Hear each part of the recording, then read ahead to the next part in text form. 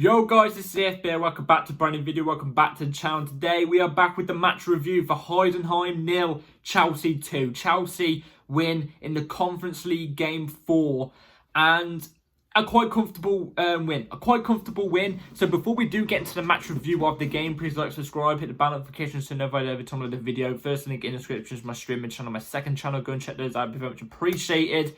And without further ado, let's get straight into the video because we stay at the top of the Conference League table. Obviously, that new league format that's out. I hate it, by the way, if I haven't expressed it yet or not. The whole league format for European competitions, every single one of them, I hate. Bring back group stage, in my opinion. Anyway, we stay at the top. We beat a team that was undefeated in the Conference League. We've beaten them now. And they were going to be our toughest opponent in this current fixture as it is. In this current fixtures that we've currently got in the Conference League, they were going to be our toughest opponent on paper. You know what I'm trying to say, in terms of how much games they've won, how they're doing in the league, you know, in the Conference League, and how they're doing in their own league and the quality of their league. But we've just breezed past them. 2-0 win, easy peasy, 3 points, we move on. But it's not just simple. It's not simple as that, because as I go into the game, obviously I'm going to go into more in-depth detail on what I thought we did well and what I thought we didn't do well. Starting off with the lineup, obviously, lineup was Jorgensen in goal, Renato Viega left back.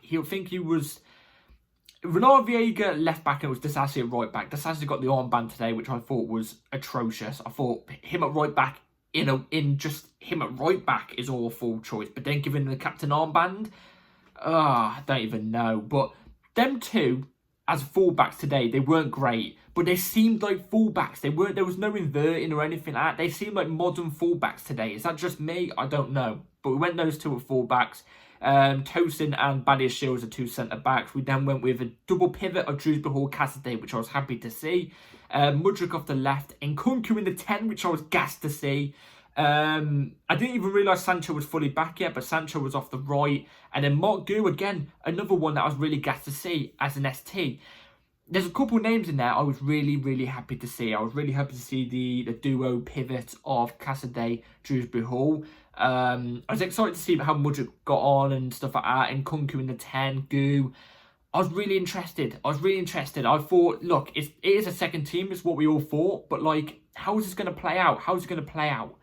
Now, the first half, I thought the whole of the first half, we was brilliant. I wouldn't say we was brilliant, but I'd say we was really good. It was very good on the eye, the way we was playing, quick 1-2 football, breaking out the press very, very easily. It was very entertaining football, but what was missing in that first half that would make me go, that is a brilliant first half? The fact we didn't get a goal. We had so many chances, especially Mark Gu. I'm not going to go in on the kid because he is literally a kid. He's barely had much opportunities, and the opportunities he's had, he's had really, really good games. I think today he had a good game. Obviously in the player rating, so I'm going to go more in depth on this game. But he had so many opportunities in that first half. You've got to take, man. You've got to take some of those opportunities. But he didn't. Obviously, the first half was 0-0, but we had, in general, we had so many opportunities. We were creating so many opportunities, and we deserve a reward for how we played in that first half. We did. We deserved a reward because I thought we was very, very entertaining. We really was. Then we move on to the second half, which is a little bit completely of the polar opposite of the first half. We wasn't as good in the second half than we was in the first half. In fact, I thought we was a lot more sloppier. We let Heidenheim into the game a lot more than we did in the first half. In fact, they actually had quite a lot of opportunities in that second half. Do you know what I'm trying to say? And if it wasn't for them getting offside multiple times, which, by the way, they weren't controversial offsides. They were definitely offside for all their opportunities, even the 2 offside goals that they did score. But we was letting them in too easily. Do you know what I'm trying to say? But maybe that was just us playing the offside trap really, really well. I don't know. But it seemed like we was letting them in a bit too easily, but they were getting opportunities. And in general, I thought the whole performance from us in the second half, even though we got 2 goals in the second half, was quite average. I thought it was quite average. There was still like maybe 2 or 3 bits of good play where you looked at us and you went, oh, we bursted out of that quite easily. Heidenheim, or whatever you call them, pressed us up in our own half at the back very, very closely, and it took us 4 passes. It was a pass across the box, a pass into the midfield, a pass to another midfielder, and it was a pass through to Nkunku before, and we had an opportunity from that. 4 passes on a counter-attack, beating out of the press we had, and we was through on goal, and Nkunku had an opportunity, and the keeper saved it, and that's when Nkunku came off with an injury, but I don't think it's a big injury, hopefully. But like stuff like that, we had 2 or 3 moments like that in the second half where I looked at us and went, oh my god, that's brilliant. But majority of the second half, no, I meant the second half, by the way, not the first half, the second half. But the majority of the second half is quite average. We got 2 goals from it though. Obviously the first goal coming from Nkunku, which is a prime number 10 goal, by the way. It was passed in, Nkunku is there, arrives in the box at the right time, takes a brilliant touch past the defender who realistically should have cleared the ball, but he didn't. Takes a touch past the defender and puts it in the back of the net, and we go 1-0 up. And our second goal was from Mykhailo Mudryk, and this is one of the instances in the second half where it was a brilliant bit of play. It was a simple but effective 1-2 between Dewsbury and Sancho. It's a Sancho pass to Dewsbury. Dewsbury 1-2'd it back to Sancho. Sancho finds Mudryk on the edge of the box, and Mudryk slaps it first time on the edge of the box, top right hand corner. You can't get any more bins than that. That's binners. And as my granddad liked to say, that's lunch boxes. That's lunch boxes. It's rifled in the top right-hand corner. Brilliant goal. The play to that second goal, brilliant. It's simple 1-2s. I don't see us do it enough. It's simple 1-2s that are just so effective. And somebody's there on the outside of the box, unmarked, and they just has a hit straight away. Has a hit straight away. And it's brilliant. It's brilliant. We go 2-0 up, and that is it for the goals that we got in the whole game. Obviously, we won the game 2-0, but admittedly, we could have easily won this game 4 or 5, especially off the first half. We should have had at least 2 or 3 goals in that first half. But, like I said, both of the halves were kind of polar opposite. I've also got to give a lot of credit, which obviously I'm going to move on to the player ratings. I'm going to go more in depth on it, but I've got to give credit to Philip Jorgensen in a sense as well, because I feel like the overall performance from the team was weighed down in that second half, but Jorgensen saved us on many occasions. In fact, he made 3 huge saves. His distribution was brilliant today as well. He made 3 unbelievable saves. In my opinion, that's Jorgensen in the first team, in my opinion. Which now brings me on to the player ratings. Player ratings, I'm going to give Philip Jorgensen a 8. I'm going to give him an 8. I thought his distribution was really, really good. Do you know what I'm trying to say? Even when our defence wasn't moving that much, Philip Jorgensen's distribution was brilliant. And not just that, there's one doubt I had about Jorgensen when he joined the club, and that was his shot stopping. Is he just a ball-playing goalkeeper or whatever? He proved today that he can shot stop. His diving, brilliant. He made 3 huge saves. Let's be real here. Sanchez is not making those 3 huge saves. Do you know what I mean? And ideally, let's be real here, kept us in that game. Those 3 saves that he made kept us in that game because they weren't even bad shots. They were good shots. They were chances. They were like one-on-one with the keeper chances, and he made 3 huge stops. Philip Jorgensen, in my opinion, now has to get in that first team over Sanchez. Drop Sanchez into the second team. Will it happen? I don't think Maresca's going to do it. I don't think he's going to do it. But I think he's deserving of a first team spot now. That's a clean sheet again for him. And it's not even like just a clean sheet like, oh, you know, it's Heidenheim and stuff like that. No, like, these are opportunities professional football should be scoring, and he's stopped it. He's made 3 big saves. I'd be pushing for him going to the into the first team, in my opinion. Like I said, I'm giving him a 8. I'm giving him an 8. In my opinion, might even be man of the match. So fair play, Jorgensen. Vega, I didn't really like today. I thought he was too relaxed, and that's what the commentators said. They said he seems like a relaxed character. I completely agree. Today, too relaxed. In this type of game, you don't need to be too relaxed. Otherwise, you give away too many balls, and that's what happened today with Vega. So I'm going to give him a 5. I'm going to give him a 5. Disasi as well, I'm going to give him a 4.